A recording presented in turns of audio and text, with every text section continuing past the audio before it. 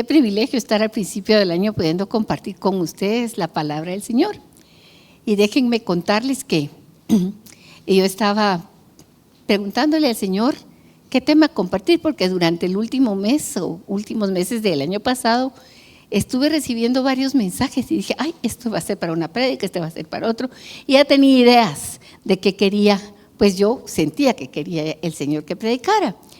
Pero cuando me dijeron que me tocaba esta semana, tomé y me puse a preguntar qué voy a predicar, Señor, y me venían algunas ideas, pero no estaba segura cuando esta semana alguien se me acercó y me dijo, ¿te recuerdas que te toca la prédica el domingo? Sí, le dije, sí, y ya sabes cuál es el tema, ¿verdad? Es sal y luz. Ah, bueno, le dije yo, pero lo puedes cambiar si tú quieres. Ah, vaya.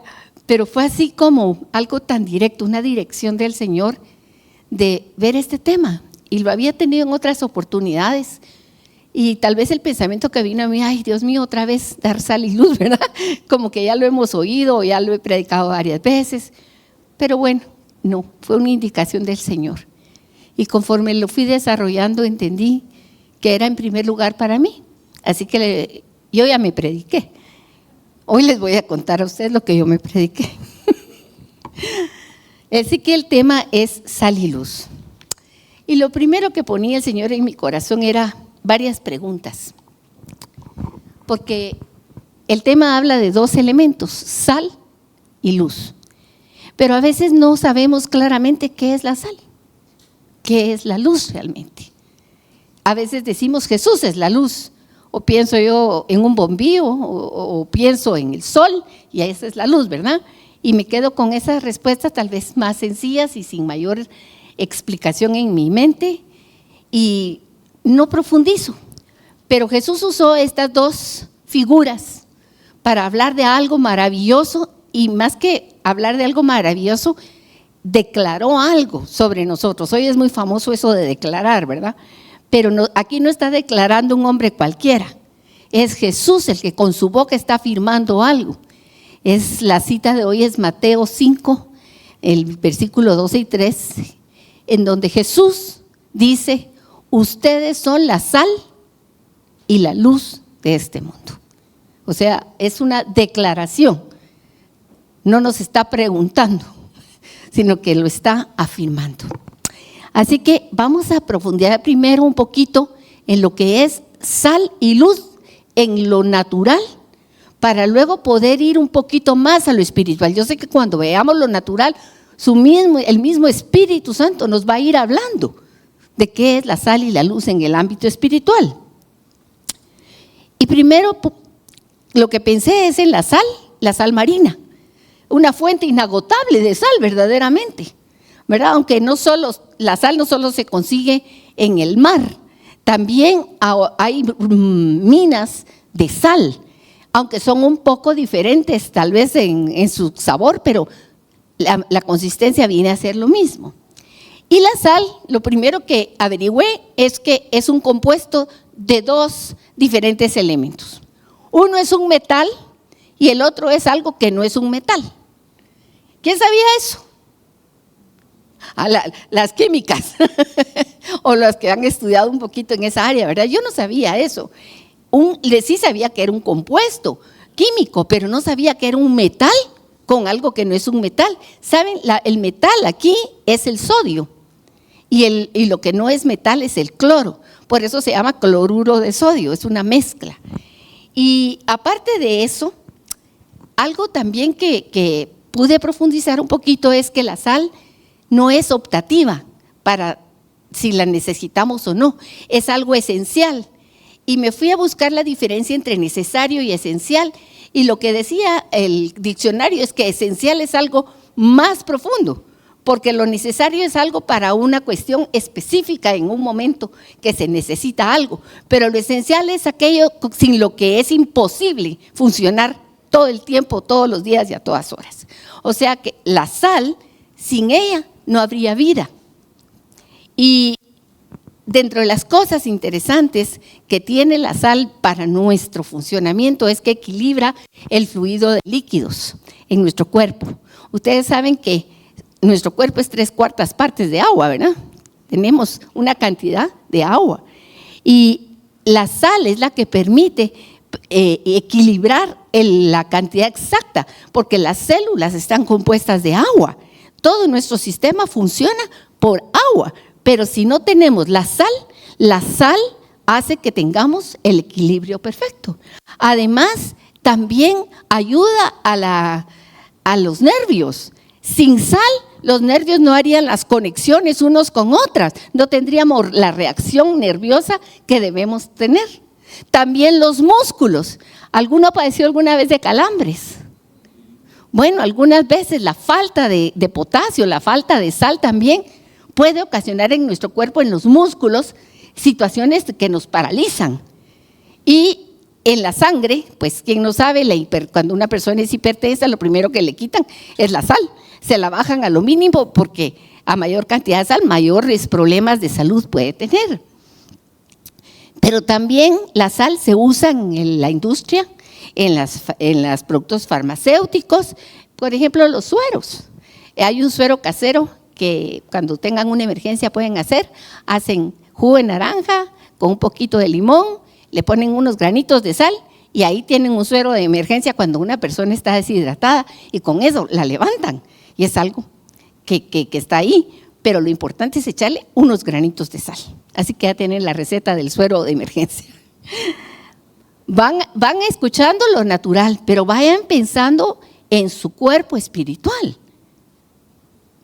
Y luego, aquí hay algo importantísimo.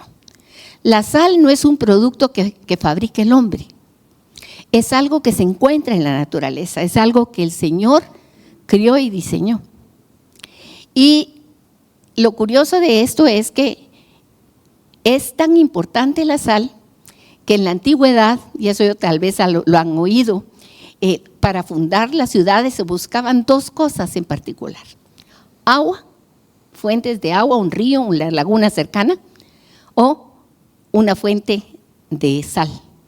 Algunas ciudades cercanas al mar o minas de sal. Pero sin esas 2 cosas, las personas no podían vivir. Entonces, dentro de las cláusulas que podríamos decir que tenían los ancestros, era buscar estas fuentes para la supervivencia. Y además de eso, fue tan importante la sal en la antigüedad que llegó a ser un pago. La usaban como moneda. Los antiguos la usaban como moneda, por eso que actualmente se llama salario al pago del trabajo. La palabra salario viene del término sal, que se usó como una moneda por su importancia en cierta época. Pero no solo eso, dentro de las palabras que yo encontré que tienen como una raíz en la palabra sal, aparte de la palabra salario está la palabra salud, la palabra saludo, ¿verdad? Miren, me llamó mucho la atención estas palabras, porque incluso la sal, en algún momento, cuando no tenían antibióticos o desinfectantes a la mano, lo que se usaba era cuando había una herida, poner sal, porque la sal mata las bacterias o los bichos que puedan haber, y aunque es doloroso, es como echarse alcohol en una herida abierta, eso cicatrizaba y secaba y seca. También tiene esa propiedad que absorbe los líquidos y entonces seca prontamente las situaciones del cuerpo. ¿Y qué de la luz? Bueno, todos la vemos, no la vemos, ella nos permite ver a nosotros, ¿verdad? La luz. Pero hay datos interesantes. Por ejemplo, la luz es una energía, es una fuerza que provoca cambios en quien recibe esa fuerza encima y puede provocar que esos otros provocan cambios. Y dentro de ellos la luz se ve en forma como de un espectro de diferentes colores. Y lo que nosotros vemos es la combinación de todos esos colores y es lo que se ve como la fuente de luz. Y otra de las cosas es que la luz como fuente de energía no está en un solo lugar. nosotros la identificamos como nuestra mayor fuente de energía, el sol, ¿verdad? Pero la luz no está estática, no se queda quieta. La luz está en continuo movimiento y va a una velocidad tremenda. La luz natural viaja a 300,000 kilómetros por segundo. Asociémoslo al que dijo: yo soy la luz de vida. Jesús desde la eternidad se está moviendo continuamente y Él va a una velocidad llenando el vacío existente, porque la luz viaja en el vacío y la luz viaja a través de nuestros corazones, que antes de conocerlo a Él estaban vacíos, pero una vez viene Él a nuestra vida, se transforman y nosotros somos inmediatamente transformados también en una fuente de energía para seguir siendo agentes transformadores. Yo leí ahí también que, por ejemplo, dentro de los usos de la luz está que incluso es para el sonido, de las ondas electromagnéticas que se usan hoy tanto en comunicación, también los rayos X son una parte de energía que se usa. En fin, hay muchos usos de la energía, pero dentro de lo que la luz nos permite es que podamos ver. Por eso la palabra en el principio dice que el Señor separó luz de tinieblas y que donde llega la luz, las tinieblas son echadas fuera. Usted entra a un cuarto oscuro y está en total oscuridad y solo prende el foco y ¡brum!, desaparece la oscuridad. Cuando Cristo viene a su vida, la oscuridad desaparece, porque la luz del mundo está en nosotros. Él ha venido para traer luz a nuestra vida, para podernos hacer ver.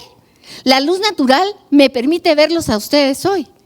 Me permite verme delante de un espejo. Me permite ver a la distancia un mar. Me permite ver una montaña, un río.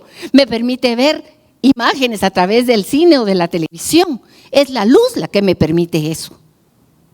Pero la luz de Cristo ilumina mi interior y me permite ver la oscuridad interior y no solo me la hace ver, la echa fuera. Produce energía, ya se los decía, produce transformación. Jesús no vino y ya se acabó, no. Jesús media vez entra en mi vida porque yo le abro la puerta y le digo: creo en ti, Jesús. Empieza un proceso de transformación que no va a acabar hasta el mismo día que estemos delante de Él y le veamos tal cual Él es. Seremos conocidos, ya somos conocidos, pero nosotros lo conocemos en parte, dice Pablo. Pero un día le veremos tal como Él es, porque se habrá ido toda tiniebla de nuestra vida. Y esto es lo de la comunicación que les mencionaba anteriormente. Pero algo que es tremendo es que también, así como la sal nos es esencial para la vida, la luz es otro elemento esencial para la vida. Fíjense que la luz es la encargada de la fotosíntesis en el ámbito natural, en las plantas, pero no habría alimentación ni para animales ni para nosotros sin esa fotosíntesis y no se puede realizar sin la luz solar. Entonces, lo primero es esencial para cualquier tipo de vida en este planeta. Pero no solo eso, también regula el reloj biológico de nosotros, el sueño, el metabolismo, el estar, ¿cómo se dice?, despiertos. Y yo no sabía esto. De las 0 horas a las 4 de la mañana es el tiempo en el que el cuerpo, en ese reloj biológico, cuando está bien ajustado, no un reloj descompuesto que tiene que no duerme o que el sueño es a las 12 de la noche y se levantan a las 3 de la mañana, no. Cuando el reloj biológico está en su ritmo normal, entre las 0 y las 4 horas de la mañana, el cuerpo por sí mismo, Dios nos programó así, se regenera. ¡Qué tremendas cosas! ¡Qué maravillosas! La luz en nosotros regula, Jesús regula todo nuestro funcionamiento espiritual. Sin Él no hay nada. Y ahora, entrando a la enseñanza de hoy, que somos sal y que somos luz, es importante ubicarnos primero. ¿De qué se trata esta declaración tan poderosa de Jesús? Porque es una declaración poderosa, mis hermanos. Usted es sal, usted es algo esencial. Igual que la luz, usted es luz, dijo Jesús. O sea, somos esenciales, pero esenciales ¿para qué? No necesarios. Fíjense, es todavía mayor. El Hijo de Dios es alguien esencial. Ahora vamos a ver para qué. Y lo primero que quiero ponerlos en es el contexto del tema, porque la enseñanza que estamos recibiendo hoy está en el capítulo 5 de Mateo. Y Mateo está relatando en ese momento el inicio de la vida pública de Jesús. Él habla en el capítulo 4 de cómo Jesús es llevado al desierto por el mismo Espíritu para ser tentado por el diablo. Vemos cómo vence al diablo ahí ya empieza la primera victoria de Jesús, porque la final donde le aplasta la cabeza de manera definitiva es en la resurrección, cuando lo exhibe en su desfile victorioso Jesucristo, a él y a todos sus enemigos. Pero en el momento que él va al desierto, es la primera vez donde vemos esa lucha, donde está el poder de las tinieblas, no el reino. El diablo no es rey. Tiene un poder y un poder robado. Pero el Rey de la Gloria que estaba aquí, vino y lo venció. Y luego de que relata esto Mateo, pues relata también cómo inicia la vida de Jesús y pasa a contar que multitudes lo seguían, que él empezó predicando en las sinagogas y donde iban, nosotros hemos leído la Biblia, donde Jesús iba, dejaba dos cosas. O dejaba a la gente emocionada o la dejaba enojada. Sí, porque en algunos casos cuando veían a uno levantarse, a un muerto levantarse o una multiplicación del pan, ¡qué alegría! Pero cuando Jesús les decía, son víboras ustedes y ustedes son hijos del diablo, pues yo creo que cualquiera que si viene aquí yo y me paro y les digo, ustedes son hijos del diablo, se paran y me contestan. ¿Verdad? Pues no se salieron muy contentos algunos con esas predicaciones, o cuando llegó y les volteó las mesas a los cambistas en el templo. O sea, la predicación de Jesús hay que entenderla. Él no solo dijo yo soy amor, ni vengo a darles perdón o vengo a darles besitos. Ese es un amor humano muy de nosotros, de expresión de un amor que a veces es real y genuino y otras veces son besos de mentiras y a veces son puñaladas por la espalda. Esta semana recordábamos con Ángel una situación que tuvimos y yo me acordé de una cita que está en los Salmos que dice que no me hubiera, la estoy parafraseando, dolido tanto si hubiera sido un enemigo el que viene y me traiciona, pero cuando es un amigo el que se sentó en mi mesa, aquel que compartía mi vida y me le di lugar en mi familia y esa persona viene y me traiciona por la espalda, es un cuchillo que me atraviesa, es un dolor, déjenme decirles, muy intenso. Porque no es lo mismo que un enemigo que ya sabe uno que es un enemigo, pues que venga y que me lastime, ya se esperaba, ¿verdad? Entonces Jesús, su fama está creciendo, está predicando en Cafarnaúm, en Galilea, y ya la gente lo sigue por multitudes. Y entonces llega a un monte y hay una gran cantidad de gentes y está este monte en lo alto y ahí hay una buena... ¿cómo se dice? Cuando hay un buen eco, cuando las personas como una buena acústica. Yo no sé si ustedes lo saben, pero en el Palacio Nacional hay un salón que está diseñado de tal manera que no se necesitan micrófonos, porque la forma del salón fue también diseñado por los arquitectos, que una persona parada en el lugar preciso, lo escuchan todos alrededor. ¿Sabían ustedes eso? Bueno, esto es una buena acústica. Pues Jesús buscó el lugar que tenía mejor acústica para que lo escuchara esa multitud que ya le estaba siguiendo. Ellos estaban ansiando oír el mensaje de la palabra del Señor. Y ahí es donde se da el famoso sermón del monte. Esa palabra sermón a veces, yo nunca le había puesto mucha atención, siempre la he repetido, pero en realidad es un discurso lo que Jesús da. La palabra sermón significa discurso. Y empieza hablando de la felicidad. Ustedes van a ver cómo empieza el Mateo 5 y empieza hablando Jesús de quiénes son bienaventurados o felices. Y después, llegando al versículo 12 y 13, dice Jesús, ustedes son la sal y la luz del mundo. Pero primero les dice, ¿en dónde radica la felicidad? Y esto de bienaventurado parece una paradoja cuando consideramos la vida. Hoy al entrar, unos hermanos hablábamos de cuántas situaciones de lucha a través de la vida. Yo no te voy a preguntar, pero piensa un momento, ¿cuántas batallas has tenido en tu vida? Con tus padres, ahora que eres mayor, con tus hijos, con tus nietos, en las relaciones económicas. Yo me recordaba de una época en que hice 32 pavos para una cena. Nunca más quería comer pollo. Me quedé con el olor del pollo saturado. Y ese día que hice todos los pavos, no hubo cena en mi casa. Tuve que ir a pedir una empanada para suplir la cena, porque yo ya no quería hacer nada. Hay veces que hemos tenido esas batallas, hemos luchado porque económicamente teníamos necesidades tremendas. Problemas de matrimonio, un enfermo, alguien que sufre por mucho tiempo. Esa es la vida, mis hermanos.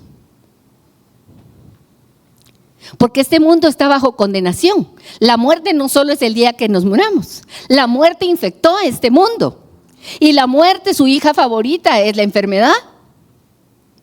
Y todas las demás situaciones de problemas que tenemos son parte de la caída del ser humano.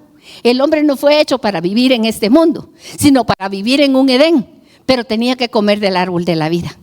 Lastimosamente, se dejó engañar y pensó que iba a ser como Dios.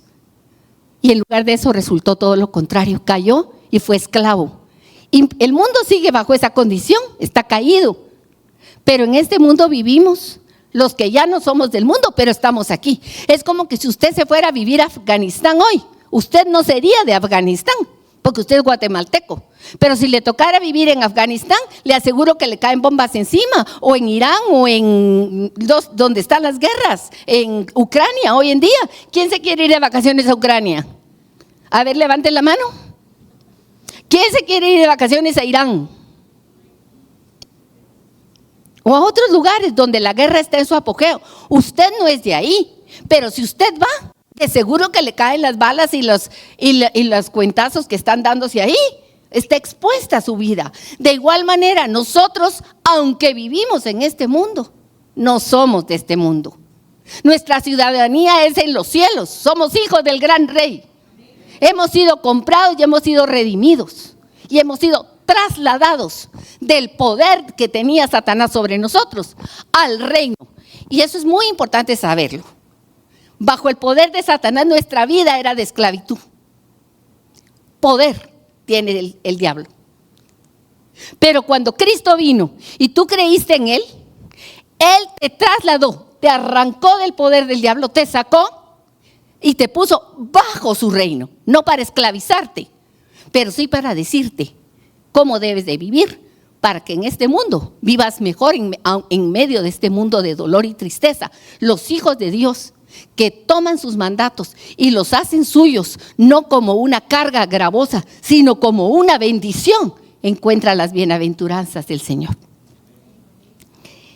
Así que una paradoja en lo que vamos a ver en los primeros versículos del capítulo 5. O sea, una cosa que Jesús dice, pero que parece al revés. Y ahorita lo vamos a ver por qué. Acompáñenme, abra su Biblia si la trajo, y nos vamos a ir al capítulo 5 de Mateo. Y en el verso 3 encontramos la primera bienaventuranza. Y dice Jesús, bienaventurados, ¿quiénes? Los pobres en espíritu. No se quede con los pobres. Jesús no dijo solo los pobres. Y eso ha sido una de las grandes tergiversaciones de la fe. Porque todos somos pobres en espíritu. Y en lo material, unos más que otros. Pero en lo espiritual, todos somos pobres. Y Jesús se estaba recibiendo no a una pobreza tanto material cuanto espiritual. ¿Y quiénes son pobres? ¿Quiénes son pobres espiritualmente? Y lo que yo entendí aquí es que aquellos que son pobres en el espíritu son los que se dan cuenta, los que tienen conciencia de que en sí no hay nada bueno. Jesús le preguntó a uno que le dijo, maestro bueno, y Jesús se voltea y le pregunta, ¿por qué me dices bueno? No hay ni uno. Perdonen la mala noticia. No hay ni uno bueno. Todos somos malos. Pero si yo no tengo esa conciencia y no me doy cuenta del pecado, de la iniquidad, de mi pobreza, de mi incapacidad espiritual, entonces, ¿qué soy? Lo contrario de pobre, soy rico. Y esta semana, por eso les digo, el Señor me prediqué a mí misma primero. Tuve 3 situaciones y las tengo aquí, en las que el Señor me hizo ver mi gran pobreza. El deseo que hay en mí de tener la razón. El deseo que hay en mí de gobernar a otros y que se hagan las cosas como yo digo. Y el deseo de mantenerme. Qué enojo me da cuando alguien me contradice. Perdonen que se los confiese. No quisiera tener esa imagen delante de ninguno de ustedes. Sino como decía la canción, la Santa Carolina. Pirlín, pirlín, pim, pom. Sería más bonita. Pero el Señor me habló 3 ocasiones diferentes del mismo punto. Y qué dolor siento y qué tristeza. Pero Él ha llegado a una profundidad más. Me lo había hecho ver en otras ocasiones, en otros ángulos, pero hoy lo pude ver desde otra forma diferente. Y por un lado sentí mucha vergüenza delante del Señor, dolor, tristeza, porque eso me ha hecho lastimar a muchos a mi alrededor. ¿Y sabe qué? Mi primer espejo fue Lucifer, ese que creyó que podía sentarse en el trono de Dios, pero no hay más que un solo Dios y un solo intermediario entre Él y su Padre, Jesucristo. No hay más que un Dios. Usted no lo es, ni yo lo soy. Pero llegar a eso, conclusión, mis hermanos, creo que toda la vida, un amigo me decía que cuando estemos en la caja, todavía va a estar uno que va a estar gritando, yo. ¡Qué terrible! Hasta ahí. Pero el Señor, como dijo Juan José aquí hoy, ya no somos lo que éramos antes. El Señor ya ha trabajado en mí y hoy lo está haciendo y Él lo seguirá haciendo porque Él es fiel y Él se ha comprometido conmigo y Él me ha dicho que me va a cambiar el corazón de piedra por un corazón de carne, que no me va a dejar igual. Gloria al Señor. Así que Él lo está haciendo. Estos son los pobres de espíritu. Y luego dice Jesús, bienaventurados los que lloran, porque ellos recibirán consolación. Bueno, ¿quiénes son los que lloran? Levante aquí quien no ha llorado. Levante la mano. Usted ha llorado, yo he llorado, nosotros hemos llorado, ellos han llorado. Todo el verbo llorar en presente o en pasado o en futuro, como usted quiera. Todos lloramos por diferentes razones, motivos, circunstancias. Pero no es un llorar por cualquier cosa. ¿Por qué lloramos? Lloramos porque en este mundo caído hay dolor, hay tristeza, hay desesperación, mis hermanos. El hombre está vacío, necesita de algo. Y Jesús está diciendo, bienaventurados los que lloran, los que están tristes. Y luego dice, bienaventurados los mansos, porque ellos recibirán la tierra por heredad. Y siempre uno piensa, cuando habla de mansedumbre y de herencia a la tierra, piensa en Abraham, que llegó y recibió la tierra, pero él la vio a lo lejos. Pero Dios aquí, Jesús aquí me estaba hablando a mí de mi tierra. Yo soy tierra. Y el manso, su primera connotación es el que se deja dirigir. El toro no es manso, mis hermanos. El toro es un animal corpulento, agresivo salvaje, podríamos decir. Pero cuando es viejo y se vuelve buey, su fuerza cambia, sigue teniendo fuerza, pero se deja guiar. Ha sido puesto un yugo sobre él y el yugo le impide ir para donde él quisiera correr. Ya no puede correr a ninguno porque lo tienen bien agarrado con un yugo. Jesús dice: vengan a mí todos los que están cansados. Tomen mi yugo. Yo no se los voy a poner, dice Jesús. Tómenlo ustedes. Si lo quieren, aquí está. Y encontrarán en mí descanso. El manso es aquel que encuentra y que puede decir: yo quiero tu yugo, Jesús, que me sujete a ti, que no me deje ir para donde a mí se me dé la gana, que esta fuerza que yo tengo en mí, tú la gobiernes. Por eso, bienaventurado el que se deja guiar por Jesucristo, porque entonces su herencia será su tierra. Su tierra no lo va a gobernar a usted, usted la va a gobernar. Ese hombre, esa carnalidad que salta, solo puede ser dominada y refrenada por Jesucristo.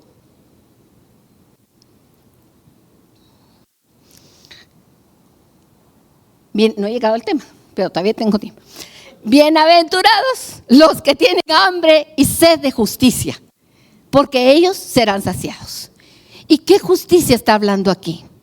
No hay más que una justicia verdadera, y la justicia es Cristo, justicia de Dios. Al hombre y a Dios se le hace justicia y le hizo justicia Jesucristo. Nosotros fuimos engañados y sacados fuera de donde deberíamos de estar. Nos fue robado algo. Pero al que fue hecha la mayor traición es a Dios el Padre. Y Jesucristo viene a hacer justicia. No la justicia humana, de aquí te doy lo que te corresponde y al otro lo que no le corresponde. Jesús vino a devolverle al Padre lo que era de él totalmente.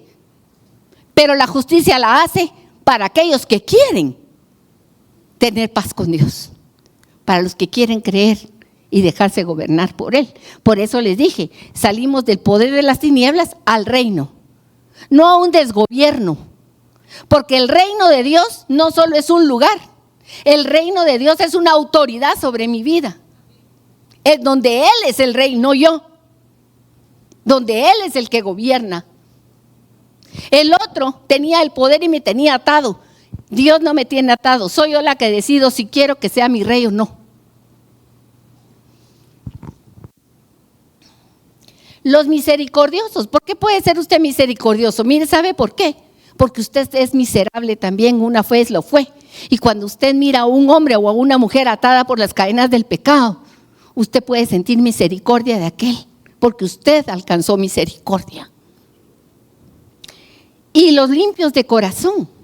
Me recordó el Señor a aquel hombre que estaba Simeón esperando en el templo, que lo relata Lucas, que estaba esperando el nacimiento del Mesías. Y dice que llegado él ya era un hombre viejito, que su visión le fallaba.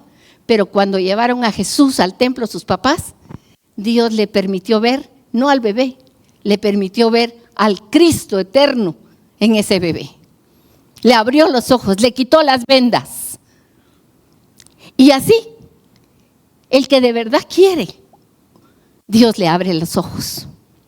Dios quita las vendas del corazón. Hoy lo profetizaron mientras cantaban los hermanos. No recuerdo el nombre de la alabanza, pero decía: aquí se van a caer muros, prepárense. Y de verdad, el Señor tiene que derribar los muros y quitar los argumentos que se levantan contra Él y quitar los velos que nos impiden verlo a Él como el verdadero Dios que es. Y luego los pacificadores. Y aquí quiero detenerme un momento, porque pacificador parecería que es el que pone usted aquí y usted aquí, ya no se peleen pues. No. El pacificador es aquel que lleva el mensaje de Jesucristo. La palabra dice: benditos los pies de aquellos que llevan el mensaje del Señor. Porque llevar el verdadero evangelio, es llevar la paz de Dios con la persona. Si esa persona quiere la paz, recibe a Jesucristo como el medio de redención. Y si no lo quiere, lo rechaza. Entonces, los pacificadores son aquellos que primero que nada buscan la reconciliación de los demás con Dios, llevando la palabra del Evangelio.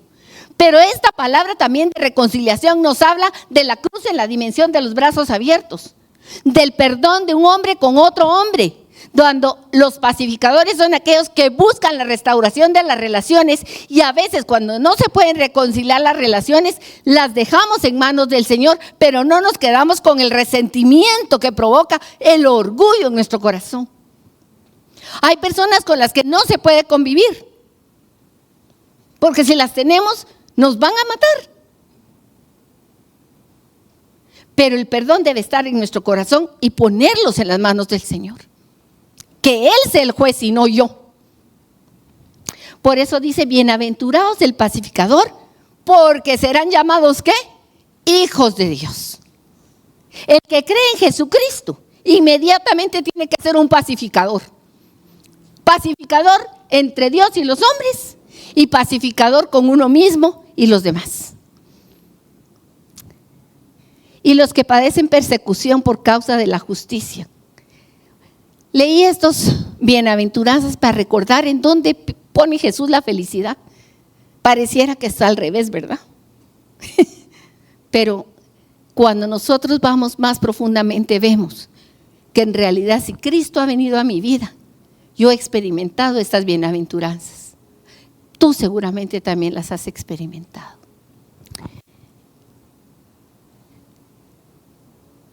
Y al terminar estas bienaventuranzas, que habla de la persecución para los que son hijos de Dios, para los que son mansos, para los que son conciliadores, misericordiosos, para los que son pobres en espíritu, van a sufrir persecución. Este mundo no está a favor de los hijos de Dios, porque en este mundo el que gobierna es Satanás, y él está contra todos aquellos que quieren llevar el mensaje de Jesucristo. Entonces la vida no es un lecho de rosas, es una batalla, todos los días. Y la batalla primero es conmigo mismo, no con los que están a mi alrededor, conmigo mismo. Así que aquí, finalizando las bienaventuranzas, entra esta declaración poderosa. Vosotros sois la sal de la tierra, pero si la sal se desvaneciera, ¿con qué será salada? No sirve más para nada, sino para ser echada afuera y hollada por los hombres. ¡Qué tremendo! No se fije solo en la primera parte. La primera parte es la parte bonita. Ustedes son sal, ustedes dan sabor, ustedes allá van a ver todo lo que va a hacer la sal. Pero al final dice, si usted no sirve como sal, será tirada afuera. Y no lo dijo ni Juan ni Pedro, lo dijo Jesús mismo. Está registrado como una de las declaraciones de Jesús. Y quiero hablar de qué es esto tan importante de la sal a nivel espiritual. El primer punto es que la sal habla de un pacto. En la Biblia, en Levítico 2:13, encontramos esta cita, donde el Señor está dando instrucciones de cómo deben de ser las ofrendas que se le den a Él. Y se lo está diciendo especialmente al pueblo de Israel, pero sabemos que sus instrucciones son espiritualmente para todos. Cuando dice que el Señor dice en Levítico 2:13, sazonarás con sal toda ofrenda que presentes. ¿Quién? ¿Quién es el que debe sazonar con sal? Yo. ¿Qué es lo que debo de sazonar con sal? La ofrenda que le dé al Señor. ¿Y qué ofrenda puedo hacerle yo al Señor? En ese tiempo las ofrendas eran alimentos como el pan, la harina, el vino, los animalitos sacrificados. Nosotros no hacemos ese tipo de sacrificios, pero tenemos un sacrificio que ya fue hecho y que es eterno y que sirve para siempre. La única ofrenda digna que le podemos entregar a Dios el Padre es a Jesucristo y su sangre preciosa. Esa es la ofrenda que entregamos. Pero ¿se sazona con qué? Con sal. La sal de la preservación, Jesús es preservado siempre, para siempre. El pacto de Él ya está preservado. Pero cuando yo me presento y yo la tomo, Estoy haciendo un compromiso de mi parte hacia Dios. Y esto a mí me impactó. Siempre lo había visto como el pacto de Dios hacia nosotros. El pacto de Él es eterno, inamovible, justo. Pero cuando yo voy y me presento delante del Señor, como dice Romanos 2, como ofrenda viva, me tengo que echar la sal de Dios sobre mi vida. La sal que me preserva, la sal que me transforma. Y también lo dice en Números 18-19, todas las ofrendas santas, o sea, que han sido apartadas, que han sido escogidas para Dios. Y dice Dios que me presenten los hijos de Israel como ofrendas elevadas, serán para él, para tus hijos y para tus hijas, como estatuto perpetuo, se lo está diciendo a los sacerdotes. Es un pacto de sal perpetuo para ti y para tu descendencia. Es la fidelidad de Dios para nosotros. Pero en la primera parte es que Dios dice, si ustedes se presentan ante mí, la sal puede faltar en ustedes. La sal de una vida preservada, una vida purificada, una vida apartada y santificada y que se preserva por la misma vida de Jesucristo en ustedes.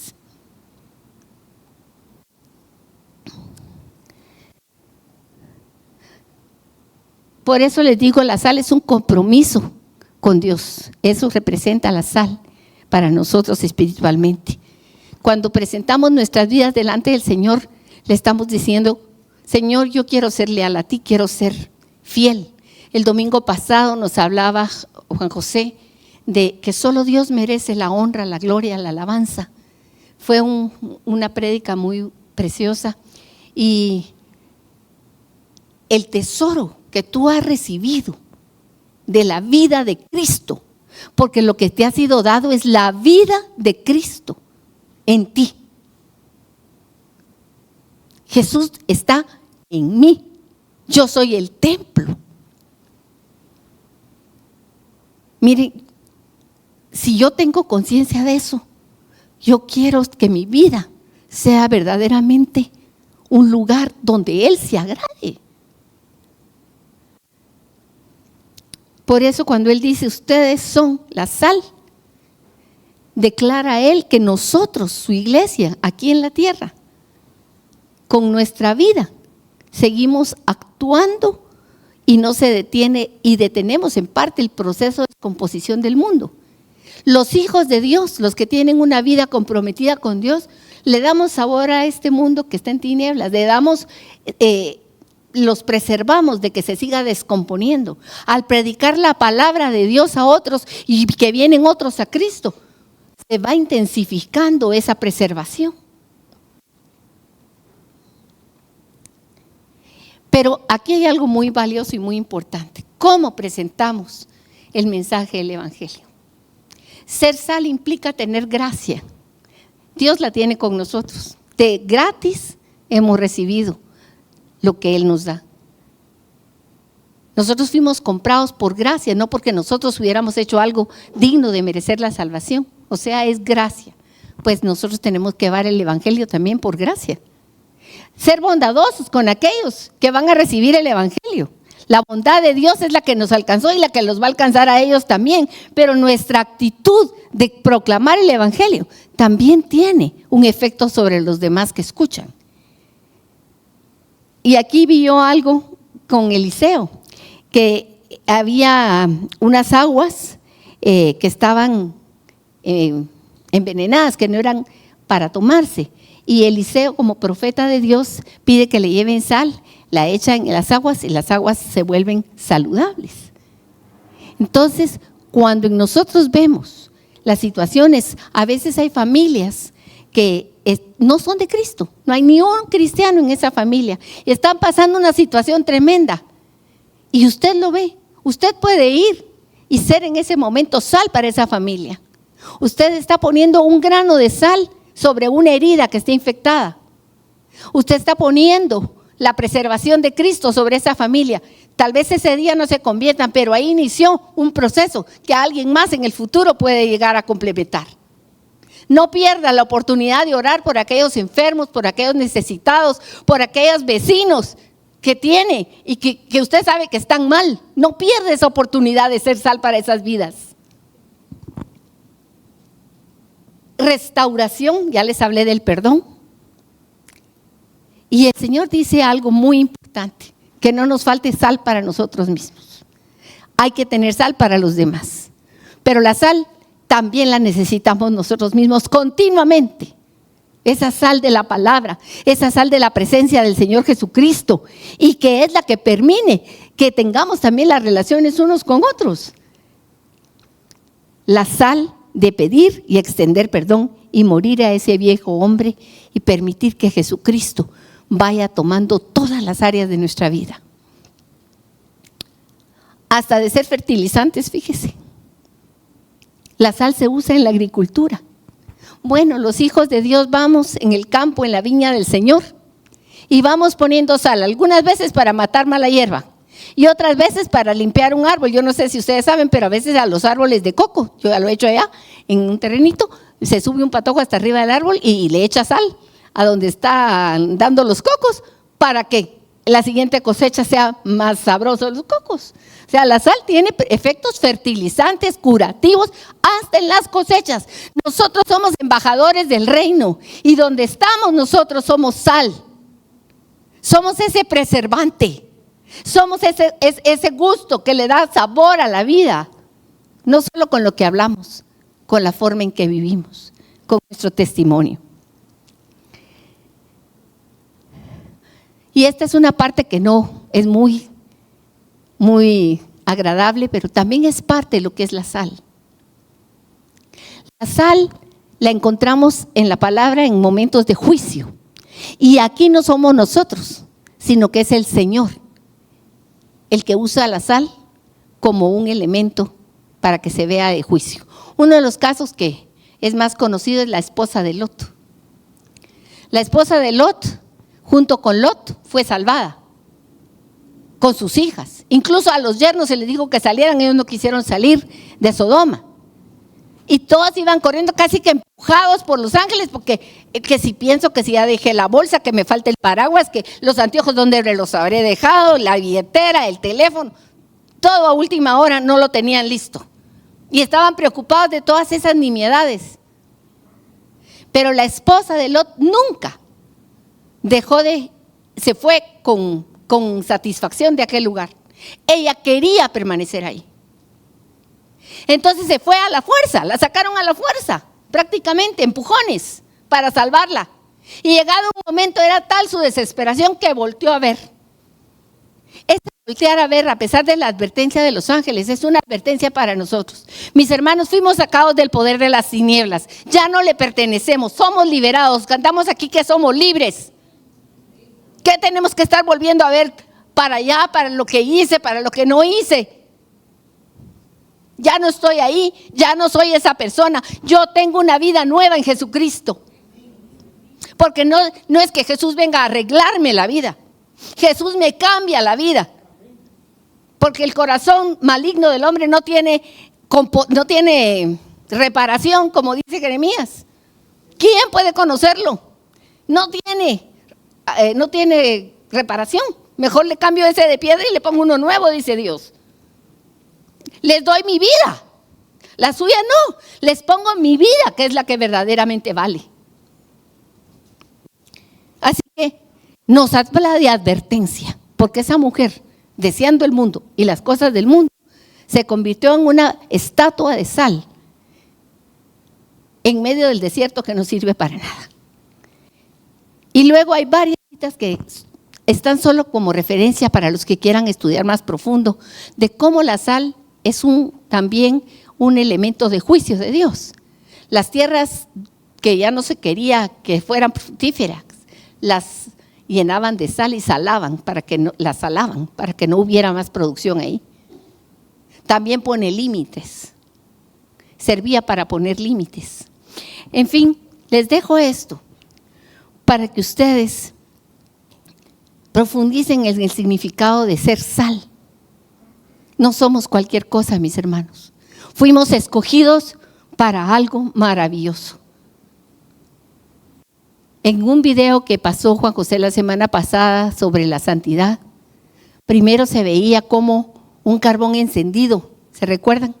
Tocaba los labios del profeta que dice, hombre muerto soy. Y el primero que recibe el cambio es el profeta. Pero después vimos cómo esa santidad se va extendiendo entre los hombres. ¿Se recuerdan? Bueno, si no se recuerdan, tal vez lo pueden ver en el internet desde el proyecto Biblia. Y se ve que cuando se pasa el evangelio de uno a otros, todos van siendo tocados por ese carbón encendido del Señor que purifica. Pero después de que purifica y santifica, de ese hombre nuevo fluye un río de vida. Y eso, qué maravillosa la obra de Jesucristo. La obra de Jesucristo empieza con una sanidad de mi corazón, pero no se queda ahí, crece y abarca todo mi ser y llega a los que están a mi alrededor y luego se vuelve un río. Nosotros no sabemos a cuántos hemos bendecido con una palabra, con una oración, con un mensaje. Cuando trabajamos con un niño, les decía yo hoy en la mañana, no sabemos si ese niño puede llegar a ser el presidente de la nación. Y si ese niño ha recibido palabra, esperemos en el Señor que sea un gobernante según su corazón. Y aquí está 2 veces en que se presenta como juicio la palabra de Dios con referencia a la sal. La primera es en Marcos 9:49. Todos serán salados con fuego y todo sacrificio será salado con sal. Y Jesús está hablando aquí al final de aquellos que no quieren seguirle, de aquellos que están así como, ¿qué me importa? A medias. Hay un juicio, mis hermanos. No se habla del infierno muchas veces, pero el infierno es una verdad. El infierno es el basurero. Y los que no quieran estar con Cristo los va a dejar bajo el poder de las tinieblas. Y a Dios hay que temerle, primero por reverencia. Pero también es importante recordar que Él es Dios y que Él puede hacer lo que Él decidió y lo que Él quiere. No es una cuestión así tan fácil de Dios. Ay, cuánto me ama Dios. Sí, me ama con amor eterno. Pero si yo lo quiero recibir. Y luego Pablo lo desarrolla un poquito también en 1 Corintios 3, del 13 al 15. Y la segunda declaración está en Mateo 5:14, donde habla de que somos la luz del mundo. Una ciudad asentada sobre un monte no se puede esconder, debe brillar. Ustedes vayan, tuve la oportunidad de ver una foto tomada desde una montaña el día de Año Nuevo sobre la ciudad de Vietnam, una ciudad de Vietnam. Y donde estaban los que estaban tomando el video estaba oscuro, pero la ciudad que se miraba al fondo estaba llena de luz. Ustedes vayan a un mirador aquí, van a ver cómo la ciudad en la noche se ve llena de lucecitas. Uno sabe dónde está la ciudad por esas lucecitas. Los aviones se guían muchas veces por eso. Pues nosotros somos una ciudad, los hijos de Dios, una nación que brillamos, que donde entramos debe salir fuera las tinieblas, que donde estamos llega la luz de Cristo a los que están alrededor. ¿Y saben qué? No se puede esconder. Yo no le puedo poner un trapo al sol para que no alumbre. Por muchas cortinas que ponga, se pasa hasta un rayito cuando está muy fuerte el sol. Yo sí puedo cerrar los ojos y no recibirlo, pero yo tapar el sol no se puede. La luz de Cristo en usted no se puede tapar, porque Cristo está obrando y Él está transformando nuestros corazones. Así alumbre vuestra luz delante de los hombres, para que vuestras buenas obras glorifiquen a vuestro Padre que está en los cielos. No penséis que he venido para abrogar la ley, los profetas. No he venido para abrogar, sino para cumplir. Y es interesante que con este versículo que habla de la luz, luego si usted se va a Mateo, que no lo vamos a ver aquí, Jesús habla en primer lugar de la ley, que la ley no se va a quitar ningún mandamiento, más bien Él los levanta de categoría, todavía les da un rango más alto. Habla de las relaciones entre las personas, del adulterio, habla de la ira, habla de la fornicación, habla de todo el pecado que hay en el mundo, pero le está hablando a sus hijos que son luz, a los que somos luz. Y esa parte, por eso hay que verla en el contexto. La primera parte nos dice dónde está la felicidad, porque si verdaderamente somos hijos de Dios, esa sal que ha sido puesta en nosotros va a transformar todo lo que parece que no es felicidad, en verdadera felicidad. Pero la segunda parte habla de que los que hemos recibido la luz de Cristo podemos echar fuera las tinieblas que hay en este mundo, porque es la luz de Él la que llevamos a los demás. ¿Me estoy dando a entender? Nuestro testimonio es la luz de Cristo. No eres tú, es la obra que Él ha hecho en ti. 1 Juan 1:7 dice, si andamos en la luz, como Él está en la luz, tenemos comunión unos con otros. Y la sangre de Jesucristo nos limpia de todo pecado. ¡Qué maravilla! Tenemos comunión. Qué difícil es tener comunión unos con otros, mis hermanos. Común, unión. Pónganse todos un día en una casa, toda la familia junta, y traten de estar ahí unos 5 días juntos. Vamos a ver cuánto les dura la común unión. No, es difícil, porque cada quien tiene una mentalidad o una manera de percibir la vida, de cómo le gusta su casa, de qué quiere comer, de qué no quiere comer. Cada quien tiene su carácter, ¿sí o no? Entonces el primer día es felicidad, el segundo todavía, y el tercero es media felicidad. Y al cuarto día uno está diciendo, ¿cuándo será que regreso a mi casa? O el quinto, ¿verdad? Todos, ¿por qué? Porque esa es nuestra naturaleza.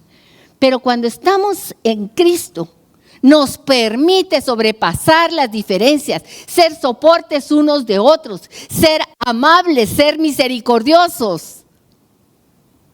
Esa es la grandeza de la vida de Cristo en tu vida. No eres tú, yo no estoy hablando de lo que tú tienes que hacer, sino de lo que Cristo hace si tú Él lo has recibido. Cuando Él te muestre algo que no está en su plomada, tú puedes correr a los pies de Jesucristo y decirle, Padre, perdóname, límpiame de esto, gracias por hacérmelo ver, quítalo de mi corazón, porque yo quiero ser esa luz y esa sal que tú quieres que yo sea. Quiero seguir en esa dirección.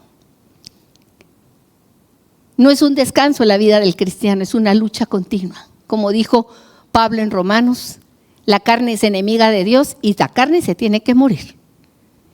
Y luego, yo no puedo, pero Él sí puede. Lo que es imposible para nosotros, Él sí lo puede hacer.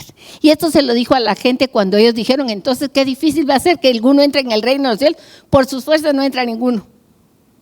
Lo que ustedes no pueden hacer, eso es lo que yo hago. Y eso es lo que nos está diciendo hoy y lo que me dijo a mí el Señor. Tú no puedes, pero yo puedo hacer grandes y maravillosas obras en ti. Déjate guiar por mí. Recibe mi enseñanza no como una carga ni como una ley, sino como una bendición. Llora cuando tengas que llorar. Sé misericordioso porque acuérdate de dónde te saqué.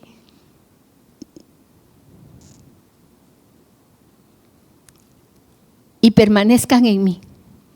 Así yo permanezco en vosotros. El que permanece en Él, día tras día. La permanencia no la piensen a 1000 años, a 5, a 10. A veces uno piensa lo que va a hacer en 15 años y tal vez ya ni vas a estar mañana. No, la permanencia es hoy, el presente de Dios. Hoy quiero estar contigo. Dame hoy la gracia de permanecer, Señor, de serte fiel, de oír tu voz, de caminar en tu voluntad. Porque como el pámpano no puede llevar fruta por sí mismo, si no permanece en la vid, así ustedes, si no estuviesen en mí, permanezcan en mí. Tengan hambre y sed de justicia. Y el que me ama cumple mis mandamientos. Yo soy la luz del mundo, dijo Jesús, Juan 8:12. Otra vez dice, y el que me sigue no andará en tinieblas. Mis hermanos, es palabra de Dios. Si estamos en Cristo, tenemos sal, estamos preservados. Si tenemos a Cristo, tenemos luz. La luz echa fuera las tinieblas. Primero en mí y luego a los otros. Porque llevamos la luz de Cristo. Padre amado, en el nombre de Jesús, queremos darte gracias. Gracias por ese privilegio de que tenemos tu vida en nuestra vida. Y si hay alguno hoy que el Señor le ha mostrado que en realidad no tiene a Cristo, hoy le puede decir: Señor, te necesito. Qué pobre soy sin ti, Señor. Te necesito con todo mi corazón. Creo que eres el Hijo de Dios. Creo que moriste por mí en la cruz. Y creo que has resucitado y eres Rey de Reyes y Señor de Señores. Yo quiero tener tu vida en mí, Jesús. No quiero apartarme de ti. Dame la gracia de permanecer. Porque yo sí quiero, pero me doy cuenta de mis incapacidades, de mi pobreza. Que tu vida fluya. Que tu vida misma me limpie, que tu sangre preciosa transforme toda mi vida. Y que tu luz, Señor,